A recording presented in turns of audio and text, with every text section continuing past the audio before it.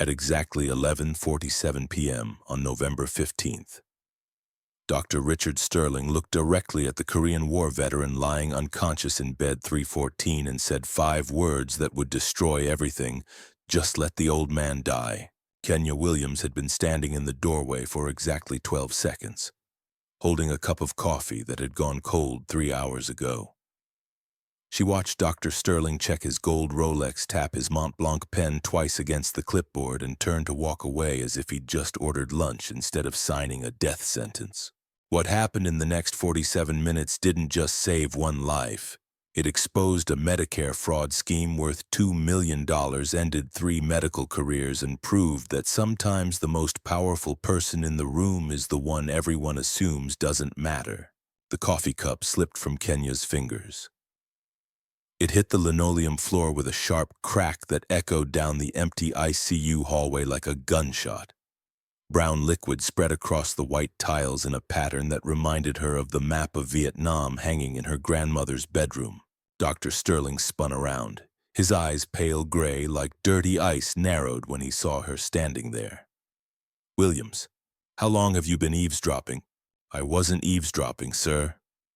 Kenya's voice came out steadier than she felt. "I was bringing Mr. Peterson his evening medications."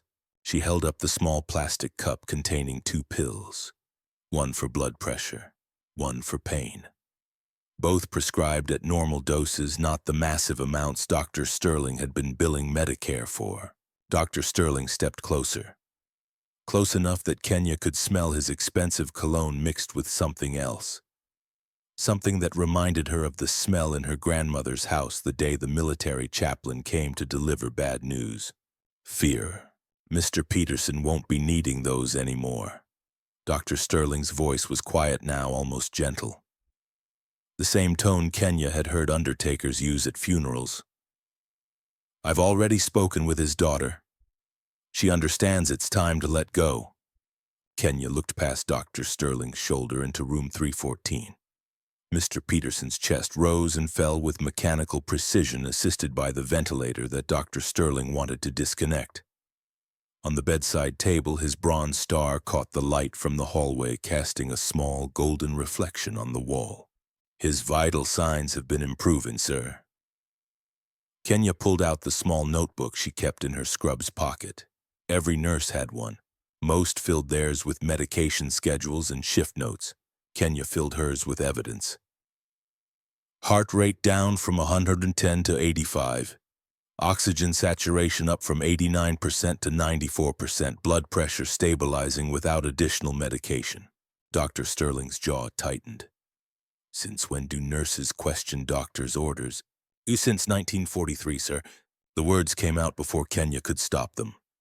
Dr. Sterling blinked confusion, replacing anger for just a moment. "Excuse me." Kenya straightened her shoulders. "My grandmother, Rosie Williams. She questioned a lot of things at the Boeing plant when they told her women couldn't rivet as well as men. My mother, Lieutenant Sarah Williams, questioned orders in Vietnam when they told her to abandon wounded soldiers because they were unlikely to survive transport." She stepped closer to Dr. Sterling, close enough to see the small beads of sweat forming on his forehead despite the hospital's aggressive air conditioning. 3 generations of women in my family have learned that sometimes the person giving orders is wrong, and sometimes the person everyone ignores is the only one paying attention." Dr. Sterling's face flushed red. "You're out of line, Williams, way out of line." "Am I, sir?" Kenya opened her notebook to a page marked with a yellow sticky note. "Because I've been paying attention to a lot of things lately. Like how Mr. Peterson's Medicare statements show charges for medications he's never received. Like how Mrs. Johnson's pain medication somehow costs 3 times the market rate. Like how Mr. Rodriguez's family has been billed for treatments that happened on days he wasn't even in the hospital." The color drained from Dr. Sterling's face so quickly it looked like someone had pulled a plug. Kenya continued, her voice growing stronger with each word. "My grandmother used to say that thieves always look nervous when someone starts counting inventory. You look nervous, Dr. Sterling. For 10 seconds, the only sound in the hallway was the mechanical breathing of ventilators and the distant ping of elevator doors opening on the first floor. Dr. Sterling's eyes darted toward the nurse's station, toward the security camera mounted in the corner, toward anywhere except Kenya's face. "I don't know what you think you've discovered," he said finally, "but I'd be very careful about making accusations you can't prove." Kenya smiled. It wasn't a friendly smile. It was the smile her grandmother wore in the old photograph from 1943, standing next to the B-17 bomber she'd helped build. The smile of someone who just found the loose rivet that could bring down the whole aircraft. "I'm not making accusations, sir. I'm making observations, but if someone wanted to prove something..." Kenya closed her notebook and slipped it back into her pocket. "Well, I imagine Medicare fraud investigators are pretty good at their jobs." Dr. Sterling took a step backward, then another. "You wouldn't dare." "Wouldn't I?" Kenya walked past him into room 314. Mr. Peterson's eyes were open, alert, tracking her movement across the room. She placed the medication cup on his bedside table and checked his chart. "Good evening, Mr. Peterson. How are we feeling tonight?" The old veteran's voice was whisper-thin but clear. "Better, ma'am, much better." Kenya heard footsteps in the hallway. Quick, sharp steps that suggested Dr. Sterling was either leaving very quickly or calling for backup. She sat down in the chair beside Mr. Peterson's bed and opened her notebook to a fresh page. "Mr. Peterson, I need to ask you some questions about your treatment here. And I need you to know that everything you tell me might help a lot of other people." The old soldier's eyes sharpened. Even at 82, even hooked up to machines, he recognized the sound of someone preparing for battle. "What do you need to know, ma'am?" Kenya clicked her pen and began writing. Outside in the hallway, she could hear Dr. Sterling's voice on the phone, low and urgent. The war had begun. Kenya's pen moved across the notebook page like a surgeon's scalpel. Each answer from Mr. Peterson cut deeper into Dr. Sterling's carefully constructed facade. "So the morphine injections. How many times a day did Dr. Sterling say you were getting them?" Mr. Peterson's weathered fingers tapped against the bed rail. "He told my daughter 4 times daily. High dose for the pain." Kenya's jaw tightened. The Medicare billing statements showed charges for morphine injections every 3 hours around the clock. But Mr. Peterson's actual chart, the one nurses used, not the one sent to insurance, showed pain medication administered only twice daily and at standard doses. "Mr. Peterson, I need to check something." Kenya walked to the computer terminal and pulled up the pharmacy records. Her nursing login gave her access to actual medication dispensing records, something Dr. Sterling probably didn't realize nurses could see. The screen told a story that made her stomach turn. Morphine ordered for Mr. Peterson 240 mg. Daily morphine actually dispensed 80 mg daily. Billing submitted to Medicare 480 mg daily. Someone was charging Medicare for 6 times the medication actually given and 3 times what was even ordered. The excess charges over 3 weeks totaled $847 per day. Times 23 ICU patients. Times 12 months.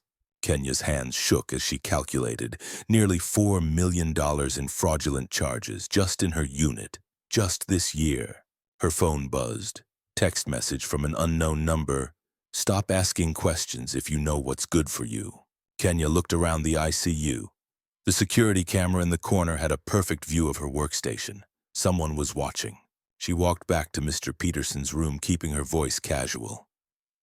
"I'm going to step out for a moment.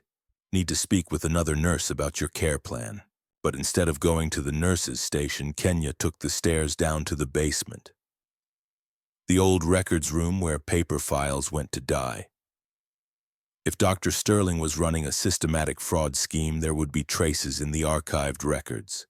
The basement smelled like old coffee and forgotten paperwork. Boxes lined metal shelves from floor to ceiling, each labeled with dates and department codes. Kenya found what she was looking for: ICU patient files from the past 2 years. She opened the first box. Mrs. Dorothy Chen, 79 years old, died 6 months ago. According to the Medicare statements tucked in her file, Mrs. Chen had received around-the-clock intensive care, including experimental treatments that cost $12,000 per day. According to the nursing notes, Kenya remembered filing herself. Mrs. Chen had been in hospice care her final week. Comfort measures only. No experimental treatments.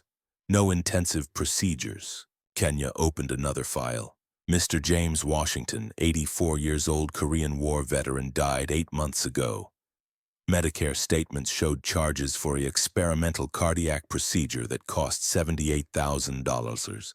Kenya remembered Mr. Washington. He died peacefully in his sleep after refusing all aggressive treatments. No cardiac procedures, no experimental anything. Her hands trembled as she opened file after file. Each one told the same story.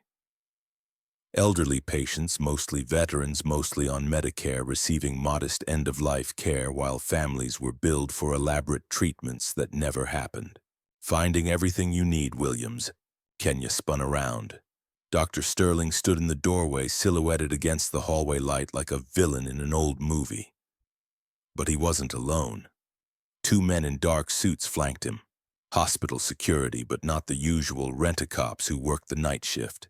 Just reviewing some old cases, sir. Trying to understand best practices for patient care. Dr. Sterling stepped into the room. You know Kenya. May I call you Kenya? I've been thinking about our conversation upstairs. The way he used her first name made her skin crawl. Dr. Sterling never used first names with nurses. Ever. I think perhaps there's been a misunderstanding. He continued, moving closer. You see, Medicare billing is incredibly complex. What might look irregular to someone without proper training is actually perfectly standard practice. One of the security guards moved to block the doorway. The other positioned himself next to the light switch. Kenya clutched the patient files tighter. I see. So charging Medicare for medications that were never dispensed is standard practice. Careful, Kenya. Dr. Sterling's voice dropped to a whisper. You're talking about things that could be misinterpreted.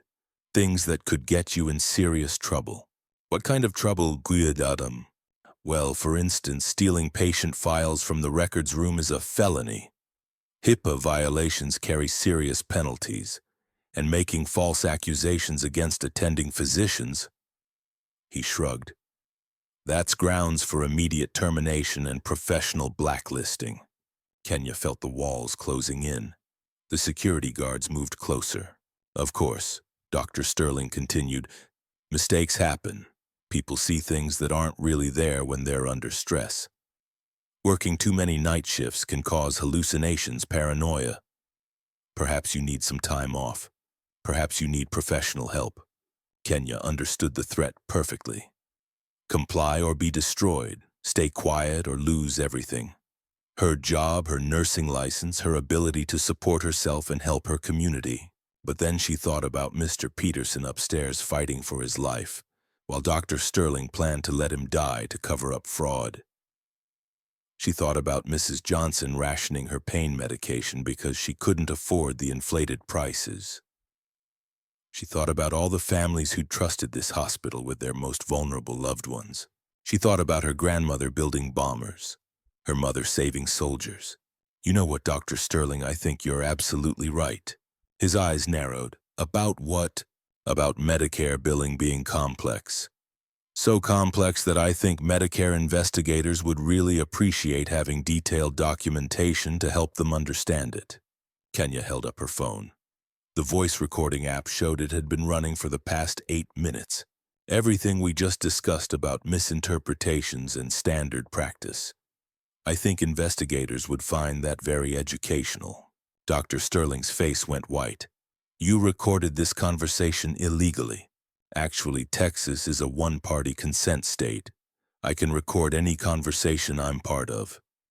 Kenya smiled. My grandmother always said knowledge is power, but my mother taught me that evidence is ammunition. The security guards looked at Dr. Sterling, waiting for orders. But he just stood there, calculating, trying to figure out how to salvage the situation. You have no idea who you're dealing with, he said finally. Yes, I do, Kenya replied. I'm dealing with a thief who steals from old people and a coward who threatens women half his size. She stepped toward the door. But you have no idea who you're dealing with.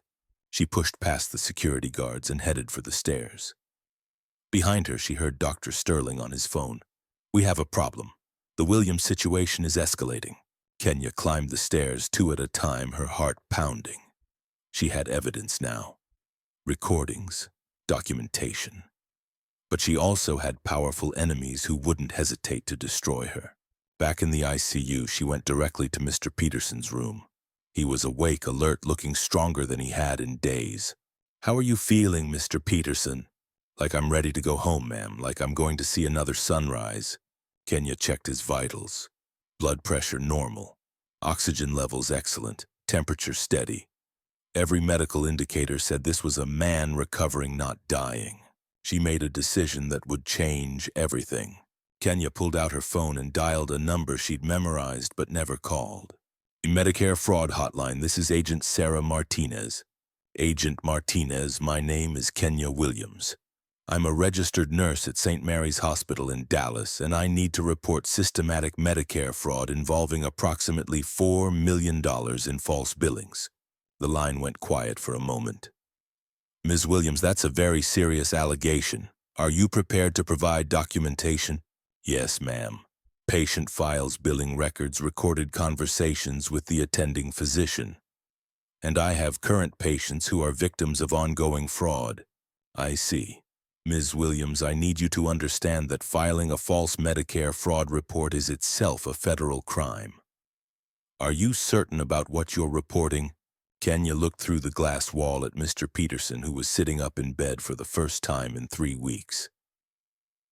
Agent Martinez, I'm as certain as my grandmother was when she riveted bomber wings during World War II. This fraud is real and it's happening right now. All right, Ms. Williams. I'm opening a case file. Case number MF 2024-7841. Can you secure the evidence you mentioned and keep it safe until our investigators arrive? How long will that take? We can have agents there within 72 hours, but Ms. Williams, I need to warn you. Medicare fraud investigations can be dangerous. People who steal millions of dollars don't usually surrender quietly. Kenya had barely hung up when her supervisor, charge nurse Patricia Hamilton, appeared in the doorway. Patricia was 58, had worked at St. Mary's for 35 years, and commanded respect from everyone in the building. Hey, Kenya, honey, we need to talk. Dr. Sterling has filed a formal complaint against you. Kenya's heart sank. What kind of complaint? Insubordination, harassment, unauthorized access to patient files. Patricia's voice was gentle but serious. He's also requesting a psychiatric evaluation. A psychiatric evaluation? He claims you've been exhibiting paranoid behavior, making wild accusations, showing signs of mental instability. Patricia sat down heavily. Kenya, I've known you for 6 years. You're one of the best nurses I've ever supervised. But Dr. Sterling has influence in this hospital. If he pushes this, I could lose my license. You could lose everything. Kenya felt the walls closing in again. But then Patricia leaned forward and lowered her voice. However, if someone hypothetically had evidence of wrongdoing by Dr. Sterling, and if that evidence hypothetically ended up in the hands of Medicare investigators, well... Patricia shrugged. Sometimes problems have a way of solving themselves. Kenya stared at her supervisor. Are you saying what I think you're saying? I'm saying I've been a nurse for 35 years and I've seen a lot of things. Some things that kept me awake at night. Patricia stood up. You do what you think is right, Kenya. And if you need someone to vouch for your mental stability, well, I've got 35 years of credibility to lend. Over the next 48 hours, things moved fast. Kenya continued her regular shifts, but now she was documenting everything. Every medication dispensed, every procedure performed, every conversation with Dr. Sterling. She also discovered she wasn't alone. Maria Gonzalez, the experienced nurse from the ER, approached her during a break. Kenya, honey, you need to know something. Dr. Sterling isn't just doing this in the ICU. Maria showed her a folder of records from the cardiac unit. Same pattern. Elderly patients receiving basic care while Medicare was billed for expensive procedures that never happened. How long has this been going on? Trila? At least 3 years that I can document, maybe longer. Maria's face was grim. Kenya, we're talking about maybe $10 million total. Then Dr. James Wright, a younger attending physician, pulled her aside after his rounds. Nurse Williams, I've heard through the grapevine that you've been asking questions about billing irregularities. Kenya tensed, unsure if this was friend or foe. I want you to know, Dr. Wright continued, that some of us have been concerned about certain practices for quite some time. If someone were hypothetically investigating Medicare fraud, that hypothetical someone might find allies in unexpected places. By Thursday morning, Kenya had allies throughout the hospital. Nurses who'd noticed irregularities. Younger doctors who'd been pressured to sign off on questionable billings. Even some administrators who'd been kept in the dark about the fraud scheme. She felt victorious. She had evidence allies and federal investigators on the way. That's when Dr. Sterling made his final move. Kenya arrived for her Thursday night shift to find her badge deactivated. Security guards were waiting for her at the entrance. Ms. Williams, you're not authorized to enter the building. What, why? One of the guards handed her an envelope. Inside was a letter from hospital administration. Due to serious concerns about Ms. Williams' mental stability and professional conduct, she is hereby suspended pending a full psychiatric evaluation and disciplinary hearing. Ms. Williams is prohibited from entering hospital premises or contacting patients or staff members during this suspension. Kenya felt her world crumbling. Without access to the hospital, she couldn't protect her patients or gather more evidence. Without her job, she couldn't pay rent or support herself. She sat in her car in the parking lot staring at the suspension letter when her phone rang. Ms. Williams, this is Agent Martinez. I'm afraid I have bad news. Kenya's stomach dropped. What kind of bad news? We've received a complaint about your Medicare fraud report. Hospital administration claims you fabricated evidence and that you're suffering from mental illness. They're requesting that we close the investigation. But the evidence... Without access to current patient records and hospital facilities, our investigators can't verify your claims. And if you're found to be mentally unstable, the case gets dismissed. I'm sorry, Ms. Williams, unless something changes dramatically in the next 24 hours, we'll have to close this investigation. Kenya hung up and put her head in her hands. Dr. Sterling had won. He'd isolated her from allies, discredited her reputation, and shut down the federal investigation. But she'd forgotten something important. She'd forgotten that warriors don't fight alone. Friday night, 11:30 p.m. Kenya sat in her small apartment staring at boxes of evidence spread across her kitchen table. Patient files, billing statements, recorded conversations, photographs of Medicare statements that showed impossible charges. All of it useless now. Her phone had been buzzing all day with calls from bill collectors. Her suspension was unpaid and rent was due in 3 days. Her nursing license was under review. Dr. Sterling had systematically destroyed her ability to fight back. The apartment felt like a tomb. On the refrigerator, a photograph of her grandmother in her Boeing coveralls seemed to stare at her with disappointment. Had Rosie Williams raised a granddaughter who would give up when things got difficult? Kenya picked up the framed photo of her mother in Vietnam. Lieutenant Sarah Williams had saved lives under enemy fire. She'd never retreated when soldiers needed her. Hey, what would you do, Mama? Kenya whispered to the photograph. As if in answer, her phone rang. Unknown number. Hello. Ms. Williams, this is Dr. Catherine Morrison. I'm the Chief of Staff at Dallas Methodist Hospital. Kenya's heart jumped. Dallas Methodist was St. Mary's main competitor. How can I help you, Dr. Morrison? Ms. Williams, I've heard through professional channels about your situation at St. Mary's. I want you to know that several nurses and physicians have reached out to me with concerns about Dr. Sterling's practices. Kenya sat up straighter. What kind of concerns? The kind that suggest you're not the unstable, paranoid individual you've been portrayed as. The kind that suggest you've stumbled onto something very serious. I'm suspended pending psychiatric evaluation. Even if I'm right, no one will listen to me. Ms. Williams. What if I told you that Dr. Sterling has been under investigation by the Texas Medical Board for 6 months? What if I told you that 3 other hospitals have reported similar billing irregularities connected to his previous positions? Kenya's hands started shaking. You're saying he's done this before? I'm saying Dr. Sterling has been running Medicare fraud schemes for at least 5 years across 4 different hospitals. He targets ICU units because families are too grief-stricken to question billings, and he preys on elderly patients because they're less likely to advocate for themselves. But the federal investigation was shut down. Ms. Williams' federal investigations can be reopened, especially when new evidence emerges, especially when that evidence comes from multiple sources across multiple jurisdictions. Dr. Morrison paused. I'm offering you a position here at Methodist. Full salary, full benefits, and most importantly, full access to our patient advocacy resources. We need someone with your experience to help us identify and prevent fraud. Kenya felt tears welling up.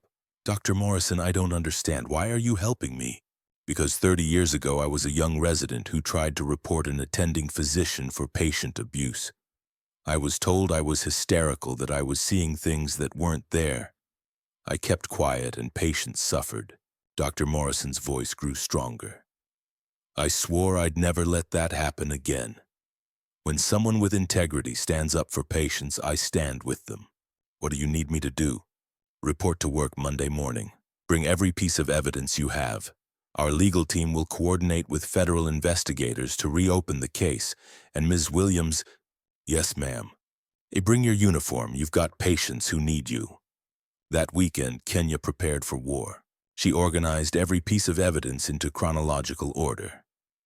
She made copies of recordings, photographs of documents, detailed timelines of fraudulent billings. She prepared a presentation that would be impossible to dismiss or discredit. But more importantly, she realized she wasn't fighting alone anymore. Saturday morning, her doorbell rang. Patricia Hamilton, her former supervisor, stood on the doorstep with a box of files. I thought you might need these, Patricia said. Copies of every Medicare billing discrepancy I've noticed over the past 3 years. Patricia, you could get in trouble. Honey, I'm 58 years old with full retirement benefits. What are they going to do? Fire me? Patricia smiled grimly. Besides, I've been documenting Dr. Sterling's behavior since long before you arrived. You're not the first nurse he's tried to destroy. Sunday afternoon, Maria Gonzalez arrived with her own box of evidence. Then Dr. Wright appeared with billing records from the cardiac unit. Then Jenny Chen, a nurse from pediatrics, brought documentation of suspicious charges in her department. By Sunday evening, Kenya's small apartment looked like FBI headquarters. 6 hospital employees sat around her kitchen table sorting through evidence of a Medicare fraud scheme that stretched back 5 years and involved over $15 million in false billings. This is bigger than just Dr. Sterling, Dr. Wright said, reviewing the documents. Look at these administrative signatures. Look at these pharmacy dispensing records. This is a coordinated effort involving multiple departments. Kenya stared at the evidence. How many people were involved? At least a dozen hospital employees. Maybe more. Maria shook her head. Kenya, you didn't just stumble onto one doctor's fraud scheme. You found an entire criminal conspiracy. Monday morning, Kenya Williams walked into Dallas Methodist Hospital wearing her navy blue scrubs and her grandmother's pin on her collar. In her bag, she carried 15 boxes of evidence that would bring down the largest Medicare fraud scheme in Texas history. Dr. Morrison met her at the elevator. Ready to make some history? Kenya smiled. For the first time in a week, she felt like herself again. Ma'am, I've been ready my whole life. The elevator doors closed, carrying her toward a battle she now knew she could win. 6 months later, Kenya Williams stood at the podium of the Texas State Capitol, addressing a joint session of the legislature. Behind her, A PowerPoint slide showed the final numbers: 47 million in fraudulent Medicare charges recovered, 12 people convicted of federal crimes, and systemic changes to Medicare oversight that would protect elderly patients across the state. Legislators, what began as one nurse's concern about one patient became the largest Medicare fraud investigation in Texas history. But this victory didn't happen because I was special or heroic. It happened because I remembered what my grandmother taught me: when something's wrong, somebody has to speak up. In the audience, Agent Martinez from Medicare Fraud Investigations nodded approvingly. Beside her sat Dr. Morrison, Patricia Hamilton, Maria Gonzalez, and Dr. Wright. Kenya's army of allies, now officially recognized as whistleblowers who had saved taxpayers millions of dollars. The Williams Act, as the new legislation was called, established patient advocacy positions in every hospital receiving Medicare funding, mandatory reporting systems for billing irregularities, and protection for healthcare workers who reported suspected fraud. But Kenya's favorite part wasn't the legislation or the recognition. It was what happened next. After the ceremony, she drove back to Dallas Methodist Hospital. In room 314, the same number Mr. Peterson had occupied at St. Mary's, a new patient waited. Mrs. Dorothy Washington. 79 years old Korean War veteran's widow had been transferred from St. Mary's after her family questioned suspicious Medicare charges. She was alert, responsive, and according to her previous doctors, unlikely to survive the week. "Good afternoon, Mrs. Washington. I'm Kenya, your nurse." The elderly woman looked up with sharp, intelligent eyes. "Are you the nurse I heard about?" "The one who fought the doctors?" Kenya sat down beside the bed. "No, ma'am. I'm just the nurse who remembered that every patient deserves respect." Mrs. Washington smiled. "Well, I like that better anyway." Over the next week, Mrs. Washington's condition improved dramatically. She was discharged to her daughter's home, where she lived independently for 2 more years. Her Medicare statements, now carefully monitored by patient advocates, showed only legitimate charges for actual treatments received. Mr. Peterson, meanwhile, had made a complete recovery. He sent Kenya a Christmas card every year signed "From one soldier to another." Dr. Sterling was sentenced to 8 years in federal prison. His medical license was revoked permanently. The other co-conspirators received sentences ranging from 2 to 5 years, and all were banned from working in healthcare. St. Mary's Hospital underwent complete administrative reorganization, installed new oversight systems, and hired Kenya as Director of Patient Advocacy, a position that didn't exist before her investigation. "It's funny," Kenya told her sister one evening as they sat on the porch of their childhood home. "I spent 6 years trying to be invisible at that hospital. Just do my job, don't make waves, don't cause trouble. What changed?" Kenya pulled out the old metal lunchbox that had belonged to her grandmother. Inside, alongside her evening sandwich, she now carried copies of the Williams Act, signed photographs from grateful patients, and letters from nurses across the country who had found the courage to speak up about problems in their own hospitals. I realized invisible wasn't protecting anybody. Not the patients, not other nurses, not even myself. Kenya opened a letter from a nurse in Arizona who had used the Williams Act to report suspicious billings at her hospital. Grandma and Mama didn't stay invisible when people needed help. No, they didn't. Besides, Kenya smiled, turns out being visible isn't so bad when you're standing up for the right things. The following spring, Kenya was invited to speak at nursing schools across the country. Her standard presentation was called "The Power of Paying Attention: How One Nurse's Observations Saved Lives and Exposed Fraud." But her favorite speaking engagement was at a small community college in rural Texas, where she addressed first-year nursing students. Many of them older women, many of them people of color, many of them people who had been overlooked or underestimated their entire lives. "Nursing school will teach you about medications and procedures and patient care," she told them. "But the most important thing you'll need can't be taught in a classroom. It's the courage to trust what you see, speak up when something's wrong, and keep fighting even when powerful people try to silence you. A young woman in the front row raised her hand. Ms. Williams, what if we're wrong? What if we speak up and it ruins our careers? Kenya thought about Mr. Peterson breathing peacefully in his hospital bed while Dr. Sterling planned to let him die. She thought about Mrs. Johnson rationing her pain medication because of fraudulent billing. She thought about all the families who had trusted their most vulnerable loved ones to a system that was stealing from them. What if you're right and you stay silent? What if staying quiet ruins somebody else's life? Kenya looked around the classroom at faces that reminded her of herself 6 years ago. People who wanted to help, who cared about others, who were afraid of not being good enough or strong enough or important enough to make a difference. My grandmother built bombers that won a war. My mother saved soldiers under enemy fire. I exposed fraud that protected thousands of elderly patients. But you know what we all had in common? The classroom was completely silent. We were all just regular people who decided that somebody had to do something, and we were somebody. Kenya packed up her presentation materials and headed back to Dallas Methodist, where her evening shift was starting. In her bag, her phone buzzed with a text from Agent Martinez. Kenya, new Medicare fraud case in Houston. Could use your expertise as a consulting investigator. Interested? Kenya smiled as she typed back, on my way.